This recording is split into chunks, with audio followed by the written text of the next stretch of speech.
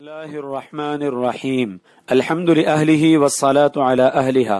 Social media پر رائج روایات کی تحقیق سلسلہ نمبر 60۔ محترم حضرات، لوگوں میں یہ حدیث مشہور ہے کہ آپ صلی اللہ علیہ وسلم کا سایہ نہ سورج کی روشنی میں دکھائی دیتا تھا نہ چاند کی روشنی میں، اور نہ آپ کی قضاء حاجت کا کوئی نشان ہوتا۔ محترم حضرات، یہ حدیث تین طرح سے نقل کی جاتی ہے، ایک ذکوان سے، ایک عبداللہ ابن عباس رضی اللہ عنہما سے، اور ایک حضرت عثمان بن عفان رضی اللہ عنہ سے۔ ذکوان کی روایت کو امام سیوطی رحمۃ اللہ علیہ نے الخصائص الکبریٰ میں امام حکیم ترمذی رحمۃ اللہ علیہ کے حوالے سے نقل کیا ہے۔ امام سیوطی رحمۃ اللہ علیہ نے مناہل الصفا فی تخریج احادیث الشفاء میں نوادر الاصول سے اس حدیث کی سند کو ذکر کیا ہے۔ آگے لکھتے ہیں کہ اس کی سند میں عبد الرحمن بن قیس الزعفرانی حدیث گھڑنے والا اور مہا جھوٹا ہے، اور عبد الملک بن عبداللہ رائد کون ہے معلوم نہیں۔ ملا علیہ قاری رحمۃ اللہ علیہ نے بھی شرح الشفاء جلد 1 صفحہ 753 پر عبد الرحمن بن قیس کو مطعون قرار دیا ہے۔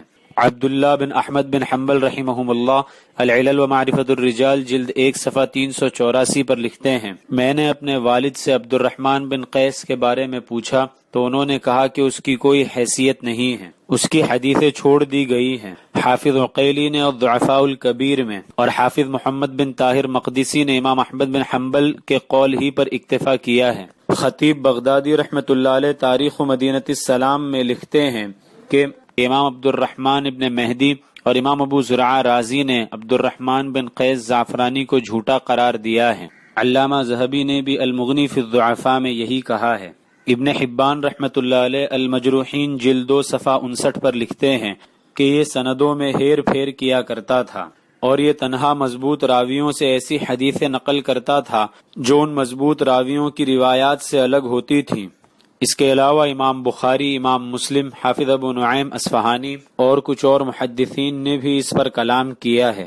دوسری روایت حضرت عبداللہ بن عباس رضی اللہ عنہما کی ہے، لیکن اس روایت کی سند میں بھی محمد بن سائب کلبی کوفی ہے۔ ان کے بارے میں سفیان ثوری رحمۃ اللہ علیہ کہتے ہیں کہ کلبی نے مجھ سے خود کہا کہ میں نے جو روایات بھی ابو صالح سے نقل کی ہے وہ سب جھوٹی ہیں، اور آپ صلی اللہ علیہ وسلم کا سایہ نہ ہونے والی روایت کو بھی اس نے ابو صالح ہی سے نقل کیا ہے۔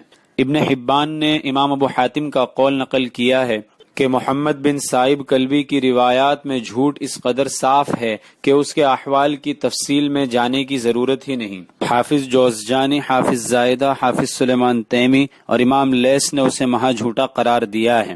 حافظ ابن حجر عسقلانی رحمۃ اللہ علیہ لکھتے ہیں کہ اس پر جھوٹ بولنے اور شیعہ ہونے کا الزام ہے، دیکھیے تقریب التہذیب صفحہ 489۔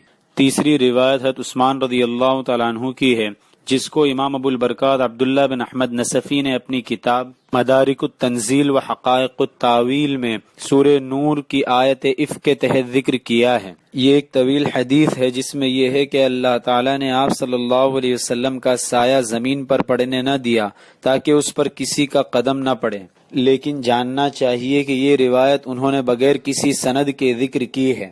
متخصص فی الحدیث مفتی طارق امیر خان صاحب اپنی کتاب غیر معتبر روایات کا فنی جائزہ جلد 2 صفحہ 109 پر لکھتے ہیں کہ بہت زیادہ تلاش کے بعد بھی اس روایت کی کوئی سند ہمیں نہ ملی، اس لیے جب تک اس کی کوئی سند نہ مل جائے اس کو بیان نہیں کرنا چاہیے۔ خلاصہ یہ کہ آپ صلی اللہ علیہ وسلم کا سایہ نہ ہونے والی بات 3 روایتوں سے ہمیں ملتی ہے۔ ان میں سے پہلی 2 روایتوں کی سند بہت زیادہ کمزور ہے، اور تیسری روایت کی تو کوئی سند ہی نہیں۔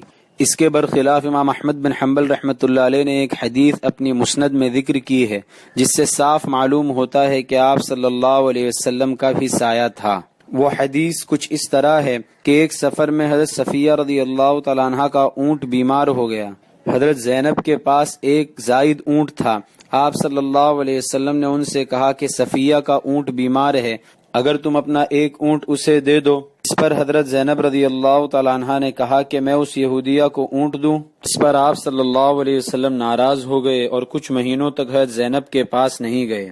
حضرت زینب خود فرماتی ہیں کہ میں نا امید ہو گئی اور اپنی چارپائی کی جگہ بدل دی۔ بالآخر ایک دن زوال کے وقت مجھے آپ صلی اللہ علیہ وسلم کا سایہ سامنے سے آتا ہوا دکھائی دیا۔ حضرت زینب کے اس قول سے صاف ہو گیا کہ آپ صلی اللہ علیہ وسلم کا بھی سایہ تھا۔ نیز سایہ نہ ہونے والی بات قرآن کی اس آیت کے بھی خلاف ہے جس میں اللہ تعالیٰ نے نبی علیہ السلام سے فرمایا قل انما انا بشر مثلکم، اے نبی آپ لوگوں سے کہہ دیں کہ میں تمہاری ہی طرح ایک انسان تو ہوں۔